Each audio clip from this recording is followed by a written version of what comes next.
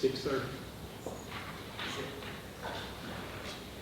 I'd like to call the meeting to order for regular meeting of City Council, January 22, 2024. Before we get started, I have a sad announcement. You know, Stephen Berg, who was on City Council for 4 years and also ran for mayor a year ago. He and his wife, Ginny, their daughter, died this morning after battling a long illness. So our thoughts and prayers are with them today. First order of business is the Pledge of Allegiance. I pledge allegiance to the flag of the United States of America and to the republic for which it stands, one nation, under God, indivisible, with liberty and justice for all.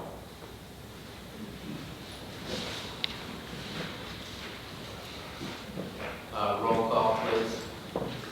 Councilmember Snow. Here. Hughes. Here. Wozniak. Here. Wilms. Here. Fowler. Here. Hanschel. Here. And Mr. Mayor. Here. For citizen input, we don't have anyone who signed up today. Next matter would be council member reply. You don't get to reply. No comments.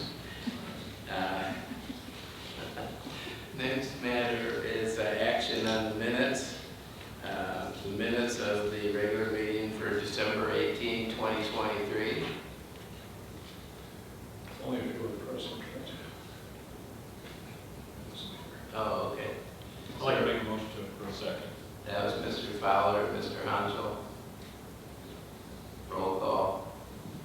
Councilmembers Hanschel. Yes. Snow. Yes. Hughes. Abstain. Wozniak. Yes. Wilms. Abstain. And Fowler. Yes. Motion carried 4-0 with 2 abstains. Next matter is financial reports. We have the financial report for the period ending November 30, 2023, and that's available on our website. And it's been pretty consistent with what we've done lately. The operating revenues were up 10.8% over the prior year. County sales tax was up 11.8% over the prior year. City sales tax was up 4.9% over the prior year. Property tax revenue was up 11.5% over the prior year. And the operating expenses were 1.7 million less than budget. So we're in good shape. The operating expenses were 15.7 million, and the revenue was 20.6 million. So we continue to feel good about our financial position, and it's been pretty consistent actually over the last few months. Next matter on the agenda is, yes? We're under reports here, and I guess I would like to thank and acknowledge Community Services Director Doug Tapp for the report that he gave to the work session. That was informative and appreciated to have that. It gave us a good overview of what the challenges were and the workload that they had in 2023. So thank you for doing that. Thank you. Next matter is the election of the mayor pro tem, and anyone can nominate themselves or someone else from the council. Mr. Mayor, I'd like to recommend Doug Fowler. Okay. Is that a nomination? Nomination. I think Ms. Hughes or Mr. Hanschel, either one being new members, would be excellent candidates for the mayor pro tem slot. So I'll nominate Ms. Hughes. Okay. Any other nominations? Okay. Okay, so the roll call, when your name is called, just indicate your choice, be it Fowler or Hughes. Councilmember Snow, I'm sorry, You have to vote. which, Just say Ms. Hughes or Mr. Fowler. oh, call over that, okay, Ms. Hughes? Councilmember Hughes, Fowler, Wozniak, Fowler. Wilms, Mr. Fowler. Fowler, Doug Fowler. Hanschel, Fowler. So that's 5 for Mr. Fowler and 1 for Ms. Hughes. Okay, Mr. Fowler is elected Mayor Pro Tem for 2024. I'd like to entertain a motion to suspend the rules of order and procedure to allow all ordinances on the agenda to be read by title only. So moved. Second. That was Mr. Wilms and Mr. Wozniak. Roll call vote. Councilmember Hanschel, Yes. Snow, Councilmember Snow, we're on a motion to suspend the rules and Yes. Yes. Hughes? Yes. Wozniak? Yes. Wilms? Yes. Fowler? Yes. Motion carried 5 to 1, or is that 6 to 0? I guess? 6 6 to 0, sorry. Now we're on new business, and unless there's an objection, I've had a request to move item H, which is a resolution, and take that first. So, We need to make a motion, is that right, Mr. Kelly? Or can we just? I don't know. H, it's a... No, Yeah. so I talked to the mayor about this, but I don't think we've done this before. Your agenda has an order of a business, and so we take all new business at one time, but there's nothing in the rules about the order in which those new business items are taken. And so it's normally taken in the order that they're on the agenda. And so what I told the mayor, as there is no rule, and I don't know that we have a custom or precedent on this, would be to ask if there's any objection to doing it, and then just going ahead with that item first. I guess if there were to be objection, then we would need to proceed with some sort of motion on to suspend and to alter the agenda in some way. I'd make a motion that we move item H under new business to the head of the line. So that's appropriate. No? Yeah. Did I misunderstand? Yeah, he doesn't think we need a motion. Oh, we just do We that. need to do it. Yeah. That's Okay. Only if there's an objection. That's my recommendation. You have no rule, custom, practice, procedure, or precedent regarding this matter. Yeah. Okay, let me read item H. Approving the appointment of Kim Hansel to the remainder of an unexpired 5-year term on the Public Library Advisory Board ending December 31, 2025, replacing Ashley Jones. Is there a motion to approve? Motion to approve. Second. That's Mr. Wilms and Mr. Fowler. I have a comment. Is there Oh, go ahead. Discussion? I saw the kind of summary resume of Ms. Hanschel. Was quite impressed, so I'm looking forward to her addition to the library board. Okay. The other comment. Roll call vote. Council members Snow, Yes. Hughes. Yes. Wozniak, Yes. Wilms, Yes. Fowler, Yes. and Hanschel. Recuse. So that was 5 to 0 with 1 recusal. So, So that counts as an abstention. oh, abstention. Okay, 1 abstention. Thank you. Well, congratulations, Kim. Thank you. Now we'll go to the top of the agenda. The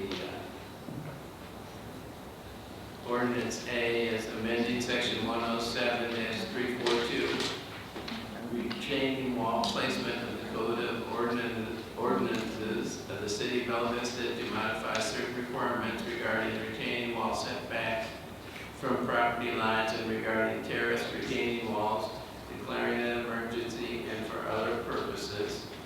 And Taylor Robertson is here. She can discuss this, since a couple of people missed the work session last week.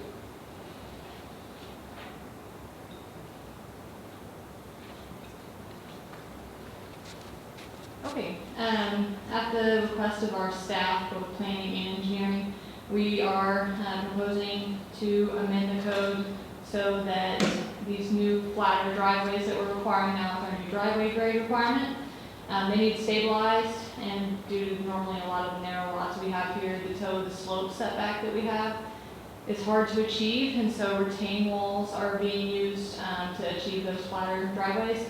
However, we have setbacks for retaining walls, and it can't be within that front utility easement or 7.5 feet from the front property line. And so what's happening is it's causing a gap from the front property line to where the wall starts, where cars could back out and possibly fall over, same thing with pedestrians. And so staff would like to propose to get driveway walls to be to the front property line, so that way driveways and aka houses and garages are safer to access for homes.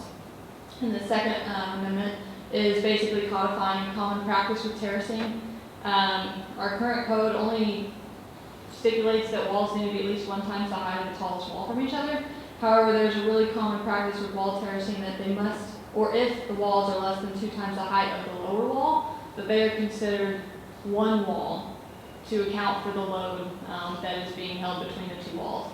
So we basically apply that common practice now, but it's a little bit lacking on the teeth because it's not codified. It's just a best practice, commonly known practice, and so we're wanting to give it a little teeth to help achieve safer walls, so that way we don't have 2.5 walls, aka a 5-foot wall that doesn't meet 5-foot wall requirements. And so we're proposing to codify that with the recommendation of Planning Commission.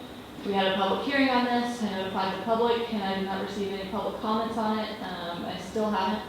So due to the safety relation of trying to get safer driveways and safer walls, safer retainment, we also request an emergency clause as well, so we can start enforcing this potentially tomorrow if it's approved tonight. So this will also provide a break as well on applicants and contractors. That is a very common complaint we get about the retaining walls having to stay 7.5 feet when they're trying to get their driveway to a flatter grade that we're requiring. We don't allow the retaining wall up there, so it should help out both applicant and review staff. Happy to take any questions. Has the driveway grade been changed, or is it still 12%? It's 12%, and then there's an administrative variance allowance or waiver up to 14%. If there's something up with the topo that makes the 12% too difficult, then staff can allow up to 14%, but it has not changed, no. So, a driveway grade that does this number, how does that apply? How does the grade requirement apply to it? Apply to the retaining wall? No, to the driveway, when the driveway does the dip. You mean it's concave? Like a Yeah. U shape? Yeah.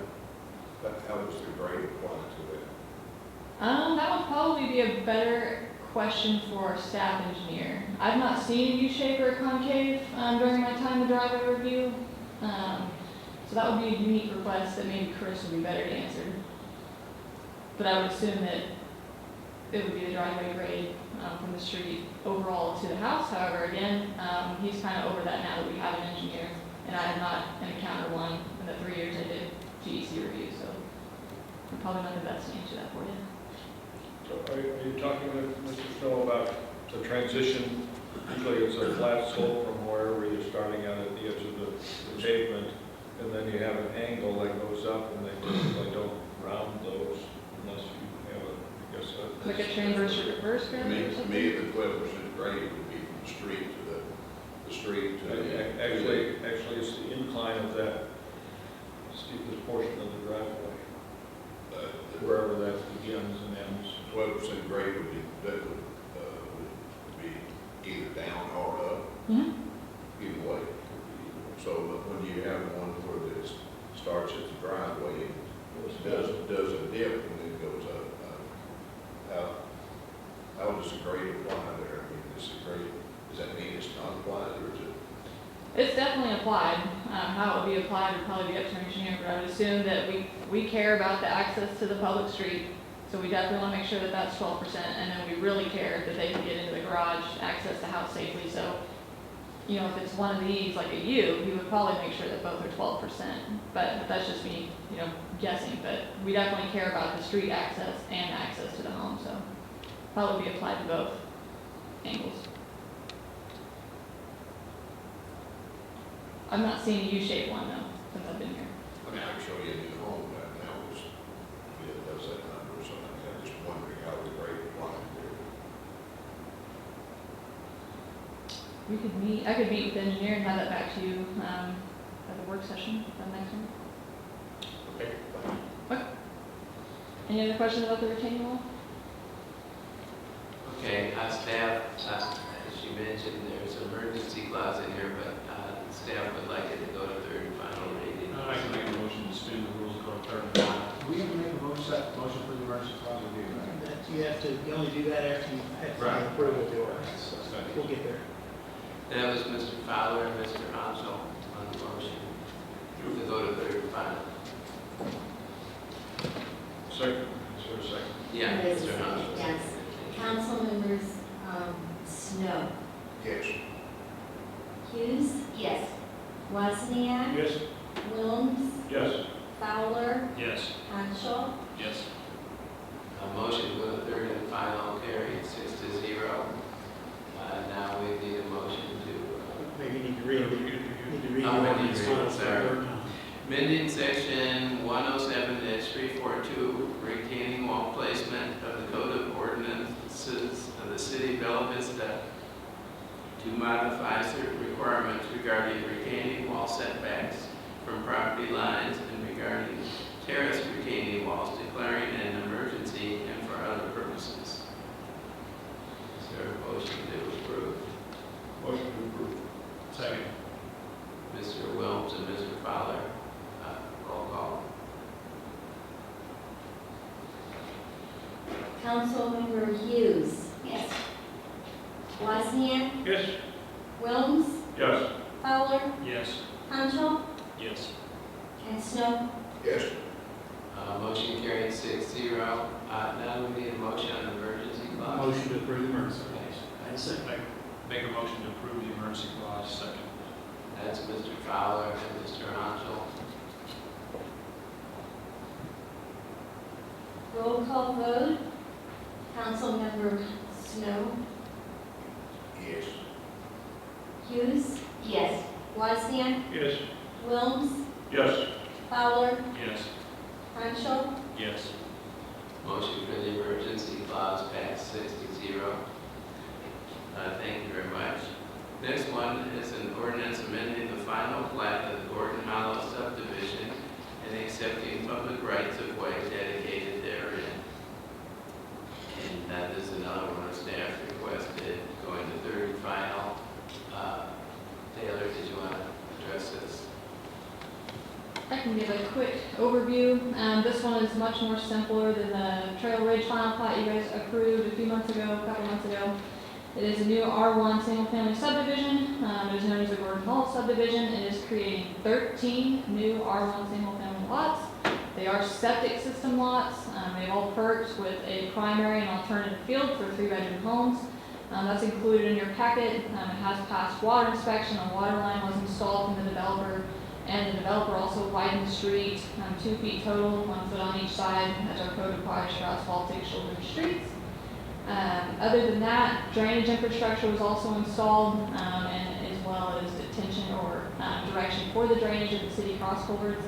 So overall infrastructure, we're looking at drainage improvements and then the asphalt widening that will be maintained by the city street department if this is approved and accepted by you all. Uniquely, this also has a common property that is being dedicated to the public on the northwest side of Gordon Hollow where the trail runs. Tunnel vision runs through.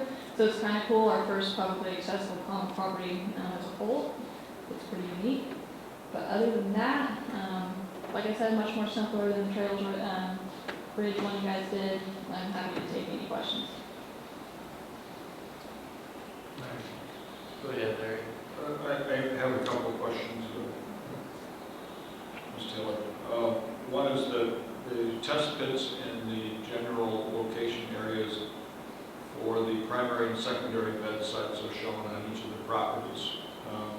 And those, granted, are not final sites because I'm assuming that they will do some additional soil testing or a design will be done for each of the lots individually by a DR. Correct. The DRs, whoever the contractor uses at that time to pull a building permit, they will still need to pull an on-site wastewater management and septic permit from the state to give to us at the time of the building permit. So that'll be done really so that it can be submitted with the building permit application? Is that Correct. We require that at the time of And building. so that may show some deviations from what the plat shows to what actually occurs in that final design. There may be some slight minor deviation if the DR is different or if the pits need moved, but there were pits dug on the site and general alternative area and primary area by a DR for this plat. And the pits that were done for the design for the plat approval, those are shown on the document itself. There may be additional pits that the new DR will do when they do the design for the individual site. And I guess my question is, will the primary and secondary areas for the beds in that final design be added and shown on the platted survey that you get that shows the stakeout on the property? So are you asking, will the alternative and the primary be shown on the plot plan that we get for the house building permit? Right. Yes, Okay. correct.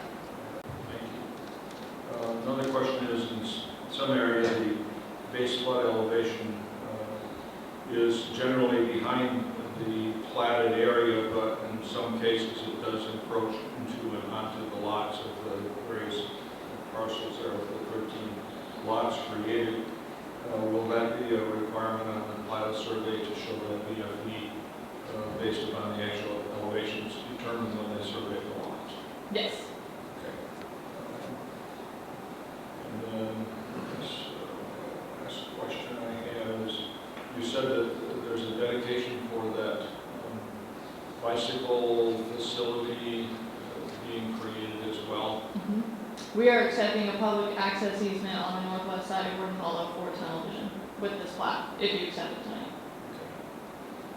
Okay. Thank you for the developer to do that. And thank you for negotiating that. So with that, I'll make a motion to approve the ordinance. What, I think we have to go to third and final first, but did you want to say something? I just want to say, Larry's really good with the technical questions because, that's his background, which I appreciate. I learned a lot, I really do. But, as far as the city council member is concerned, my simple question, or what I really want me to know, is that all the minimum requirements are met as per our ordinances laid out in the development of the plat. And all of those minimum requirements are met, right? Correct. And then everything that was on the checklist was taken care of that we saw on the document that was presented to us for the work session. So long as those two things were done, then we're good to go. Yes, staff is recommending approval and planning commission is recommending approval. Okay. I I have a question. Yeah. Or you want to make a motion? was working with Okay. Go ahead, Greg. The only question I have, and I've been vocal about my concerns with this, is Gordon Hollow considered an arterial? Okay, Gordon Hollow is a collector, collector. and then Scottsdale is a sub-collector. So does the city intend to keep the speed limit at 40? That would be a question for police. Okay, and then as far as getting some kind of signage for hidden drives out there, I'm really terrified. That road driving due west at 5 o'clock, you can't see it. And I'm really worried about people backing out of driveways and people drive like maniacs down that road.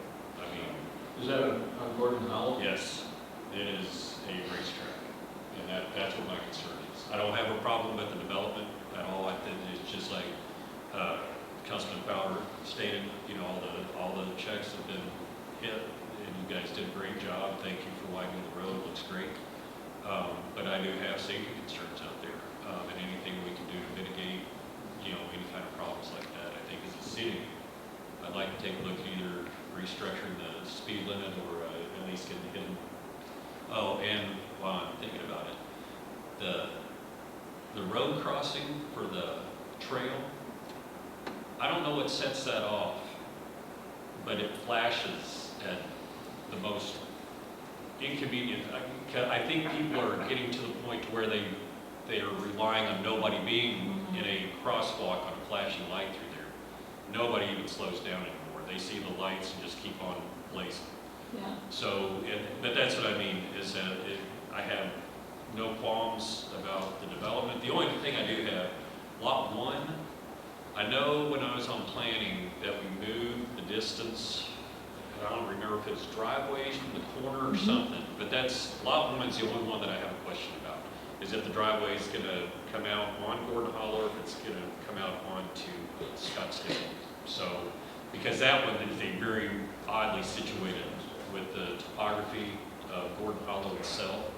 The steepness coming around that curve would be, and just the placement of a driveway would be the only concern that I have. Is that if somebody's coming out of or whatever, or you know, is trying to turn left, and somebody's coming up that hill, you know, it's always a safety thing with me. That's really the only thing. Driveways are restricted to Gordon Hollow with this plat. And of course, we have intersection distance requirements from center line to right of way that will also enforce at the time of the building permit. We'll need to keep the access drive so many feet from that intersection. But this plat does restrict access to Gordon Hollow only. Okay, because that's, and I didn't know if the applicant was going to get up and speak, but that's, and I'll redress, but that's fine. But anyway, I just wanted to make it pointed that I'd like to see speed reduction in the sign, or hidden drive signs out there, so please. And crosswalk corrected, I don't know what that is. We need to take a look at that and see if we can get that fixed. Thanks. Yes, a comment relative to the bike crosswalks. If you drive on East Lancashire and through from 71 going east, there's a number of them there. And as you drive along 340, you'll find that any number of them may be flashing. It's because someone went through the intersection and it flashes after they cross. And sometimes you don't even see them because they're going off the trail. Well, I mean, I travel that road sometimes at 3 or 4 o'clock in the morning, and they'll be flashing. That's why I'm asking. It's a common complaint, and we've had even regional planning meetings discussing it, that type of trail crossing does that. So that's why we're looking at new or different kinds, just as a region. Yeah. So that seems to be a common complaint. There's no predictability. Will deer set it off? Will deer set it off, activating? Yeah. Supposedly, And sometimes they go off all by themselves. Yeah, I'm not trying to make a big deal of this. All by we themselves. will definitely take a look, see yes with the signs as well, see if we do other departments, and then I'll get the trails coordinator on that. Okay, thanks. trail crossing. Okay. Thank you. Thank you for your interest in safety. Yeah, it is an issue. I mean, It is you know, good. people do. I drive it, that's right where I live, so I understand exactly what you're saying. They don't know about it. And don't forget our goal in 2038 of no traffic fatalities. I haven't forgotten that. I'd like to make a motion to suspend the rules and move to third and final. Second. That was Mr. Fowler, Mr. Wozniak. Roll call vote on motion to move the third and final reading. Suspend the rules.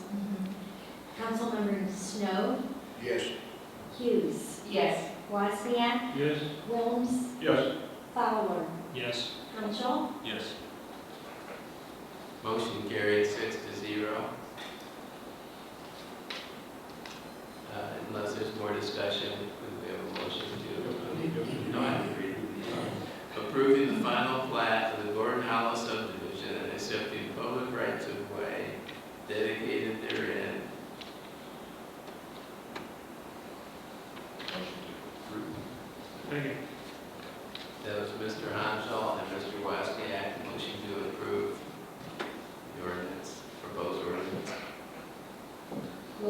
vote. Council members Hughes, Yes. Wozniak, Yes. Wilms, Yes. Fowler, Yes. Hanschel, Yes. Snow. Yes. Motion carried 6-0. Thank you very much. Next one, before I read it, I want to mention that this is one that the staff would like moved to third and final. And I did contact Karen Hunt today and tell her I didn't think it was necessary for her to be at the meeting because they had started road treatment at 3 a.m. this morning. And she explained it at the work session, so I thought we could get by. But let me read it. Waiving the requirements of formal competitive bidding and authorizing a contract with Superior Auto Group of Siloam Springs in the amount of $49,415 for the purchase of one 2024 GMC Sierra 2500 truck for use by the street department. Is there any discussion? As you mentioned, we talked about it at the work session. Do you have a question about it? No, that's going to go ahead. Okay, and it's in the budget, so it's all covered. So I'd like to make a motion to suspend the rules and move to third and final. Second. That was Mr. Fowler and Mr. Hanschel. It's a motion to suspend the rules and move to third and final. Roll call. This- Oops. sorry. Okay. Roll call vote. Councilmember Wozniak, Yes. Wilms, Yes. Fowler, Yes. Hanschel, Yes. Snow, Yes. Hughes, Yes. Motion carried 6-0. Now I'll read it for a third time. Waiving the requirements of formal competitive bidding and authorizing a contract with Superior Auto Group of Siloam Springs in the amount of $49,415 for the purchase of one 2024 GMC Sierra 2500 truck for use by the street department. Is there a motion to approve? So moved. Second. That was Mr. Wilms and Mr. Wozniak.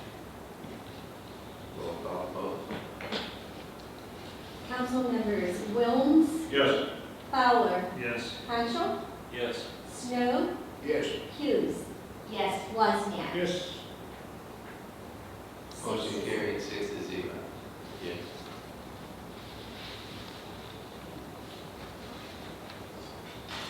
Next one is a resolution expressing continuing support and participation of the City of Bella Vista in the federal advance effective accountable policing and criminal justice practices to enhance public trust and public safety program.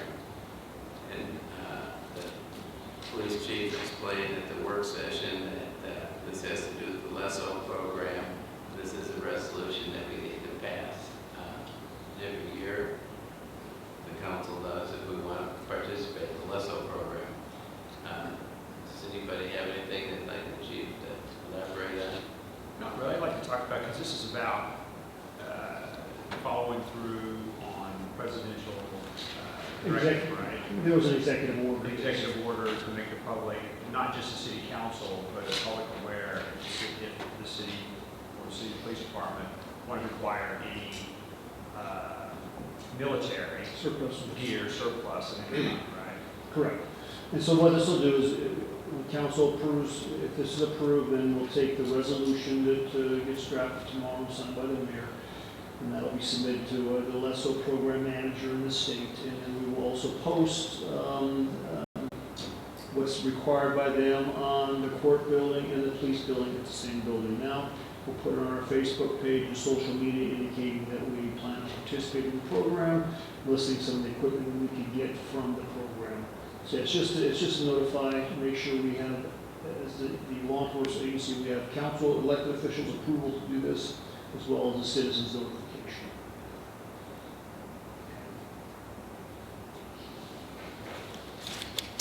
Is there a motion to approve?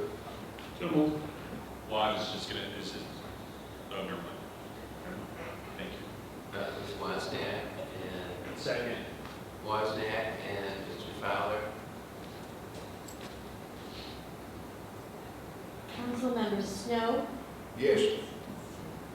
Hughes, Yes. Wozniak, Yes.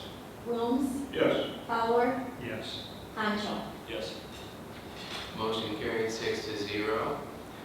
Next one is a resolution authorizing the mayor and city clerk to enter into a contract with National Auto Fleet Group pursuant to a Sourcewell Cooperative Purchasing Agreement for the purchase of one 2024 Ford F-350 Super Duty truck in the amount of $63,897.78 for use by the police department. Do you want to make a brief explanation, Chief? Sure. Sure, like I did last week for the folks who were here. It's in the budget, it's just purchasing a truck. It's a larger truck if you're wondering why. It's an F-350, it's a diesel, it's more of a pulling truck. The individual officer I have that does a lot of our lesso work for us in that they go out and get the equipment that we get from the different bases around us. We go out with a trailer or truck, they haul things back that we get from the lesso program. So the equipment doesn't cost us anything, we have to go get it ourselves. The current truck he's using is an F-250. The streets department that does our maintenance work said if we keep towing with that truck and the capacity that we're towing, we're going to ruin the transmission. It's a very good truck, so it's fairly low mileage on it. So we're going to move that truck and replace another truck that we need to replace this year and let that be more of a daily driver. Get this larger truck with a gooseneck attachment that's made for towing to support the lesso program to go out and tow our equipment back so we won't ruin it. So it's already in the budget, it's already in the capital budget. Do we do enough, I guess, hauling that it would be cheaper to go this route as opposed to contract hauling? Yeah, yes. I mean, we contract hauled back one thing before, our larger armored vehicle, and it cost a lot of money. So yeah, it would be cheaper. And if this is a diesel, those who have driven diesels, it'll last 300,000 miles. It'll last a long time. So this vehicle will be useful. Thank you. Motion to approve. Second. That was Mr. Hanschel and Mr. Wozniak. Roll call vote. Councilmember Wilms, Yes. Fowler, Yes. Hanschel, Yes. Snow, Yes. Hughes. Yes. And Wozniak. Yes. Motion carried 6-0. Next one is a resolution authorizing the sale or exchange of 2 surplus city vehicles currently owned by the city and leased to the recycling center, waiving competitive bidding related to the sale and for other purposes. And I noticed candidates here from the recycling center. Did you want to say a couple words about it? Well, there's a process. Yeah, the process is our vehicles come to us via the city, via county grants, and I want to thank you up front. We got the 2023 in service, which allows us to facilitate the resurrection of one of the vehicles that we're asking about. And the way the process works, I mean, in historic terms, they go off to auction possibly, but any of the revenue that comes back from sale of those vehicles comes back to the foundation, okay? So I suggested to Karen that we just exchange for a nominal dollar transition of title so that those vehicles could just get moved out of your surplus inventory into ours. Our intentions are to restore our 13 with a rebuild on it and sell the 2008 in question to finance the rebuild. So that's, and then it's a lot cleaner as far as facilitating the disposal of the vehicles. So that's about what I could add to that. Well, thank you, I appreciate it. Yeah, and you know, from the city's point of view, it doesn't make any difference financially, so. We're just an intermediary for doing some of their business to Yeah. help them out, is Yeah. what it boils down to. Motion to approve the second. Sorry. That was Mr. Wilms and Mr. Wozniak. Roll call vote. Councilmember Snow, Yes. Hughes. Yes. Wozniak, Yes. Wilms, Yes. Fowler, Yes. Hanschel. Yes. Motion carried 6-0. Next one is a resolution approving the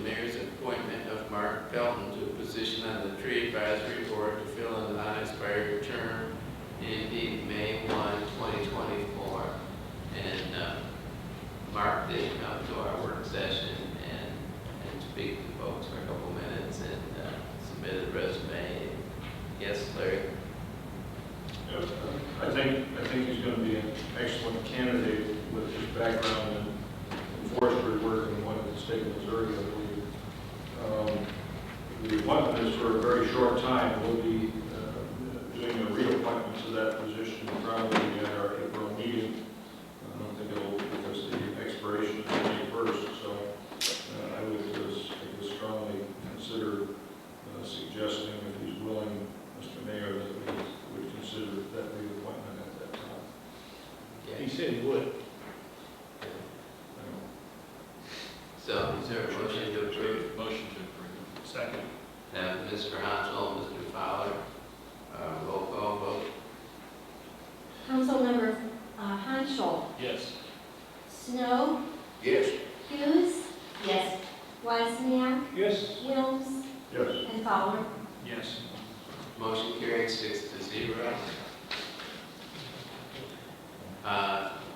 Resolution H, we have already taken care of, so I'll move on to Resolution I, authorizing the mayor and city clerk to enter into a sublease agreement with Bella Vista Friends of the Library, Inc.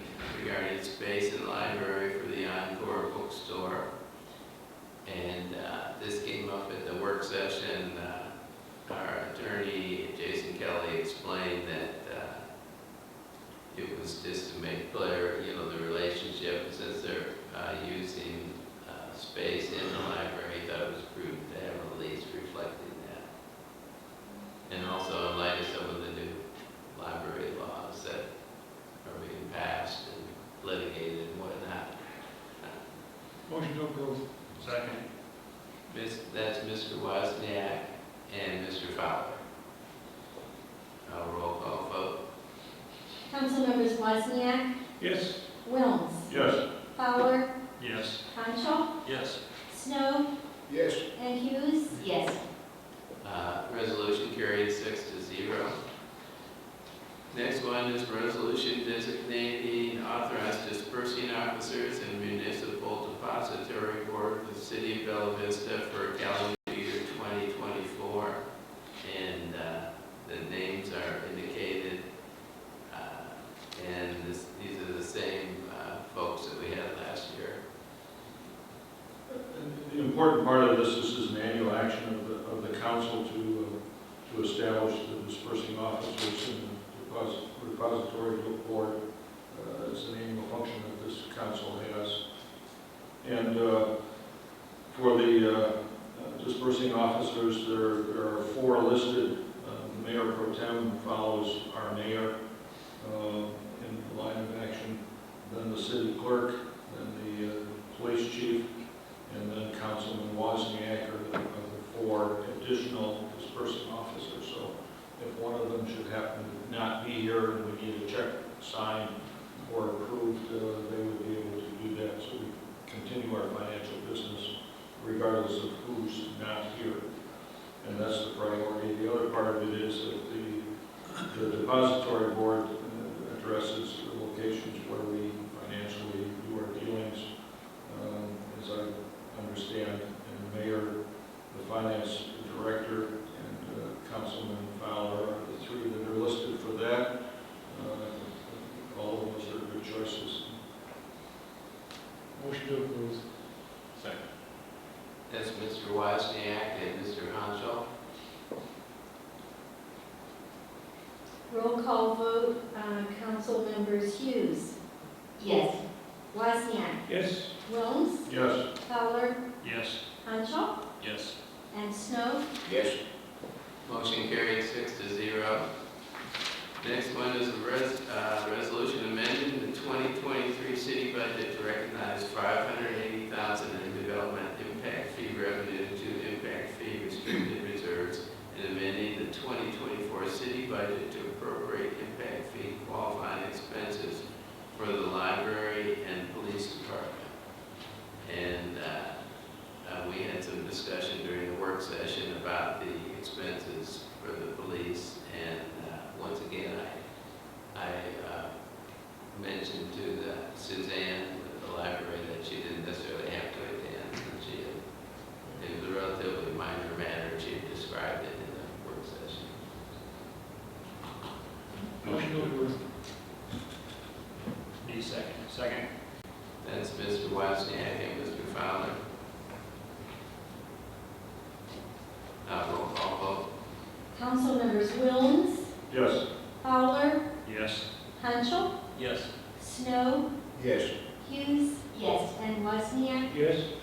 Motion carried 6-0. Next one is a resolution authorizing the mayor and city clerk to enter into a contract with Blue Guys IT through the Interlocal Purchasing System Program, TIPS, in the total amount of $73,504.20 for the purchase of total security solution to enhance city cybersecurity efforts.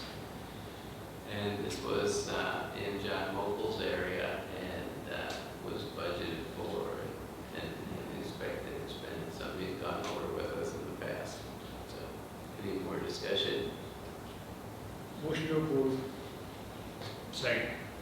That's Mr. Wozniak and Mr. Fowler. Roll call vote.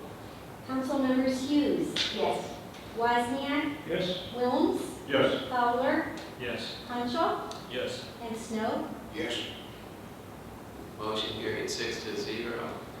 The next one is Resolution M, setting the time for meetings of the City Council. And this leaves the work sessions at 5:30 p.m.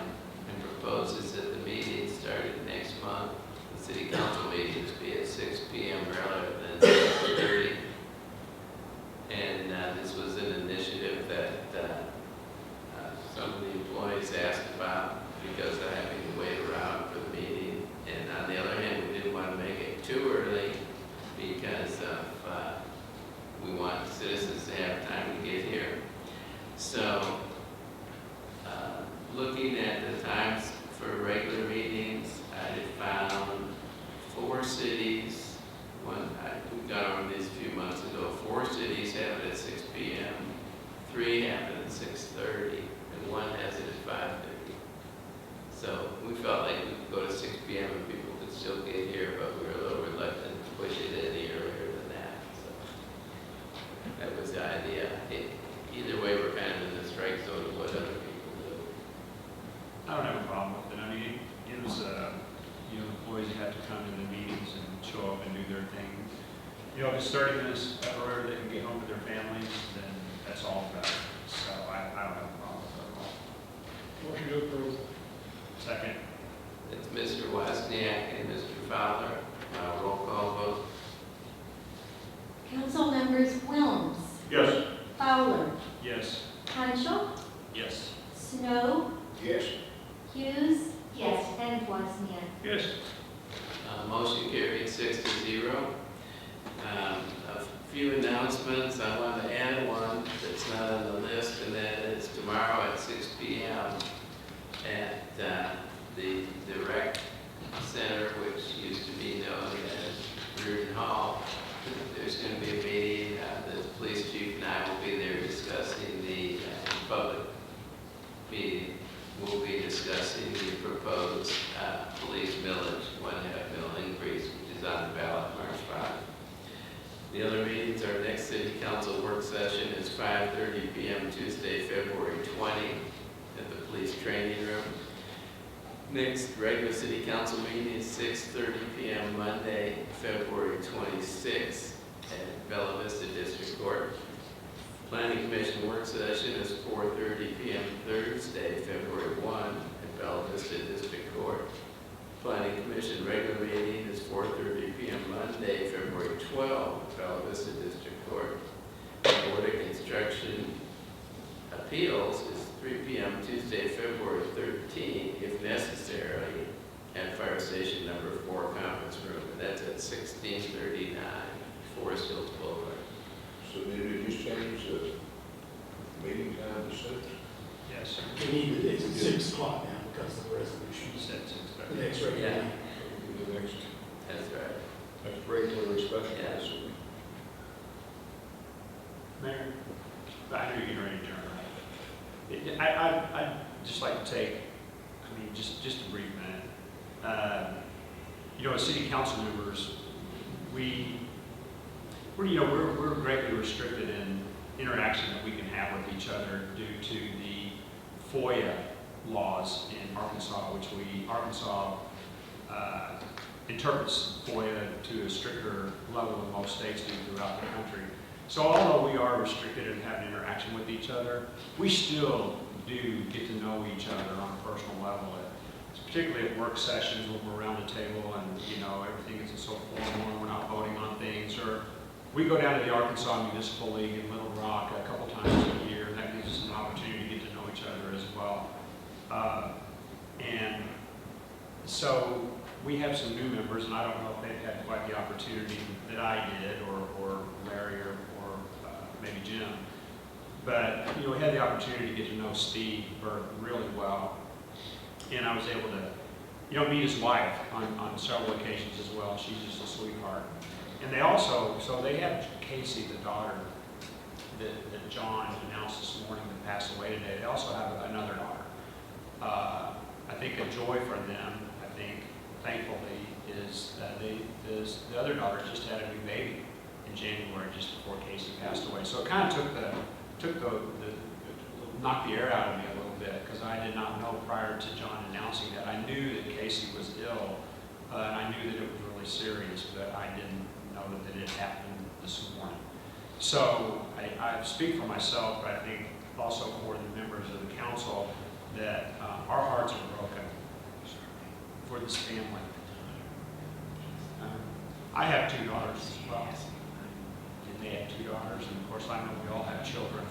So I just want you to know that our prayers for peace and comfort for Steve and Jenny, the daughter, and the new baby, we're with you, and again, we pray for you for peace. So we're really, really sorry.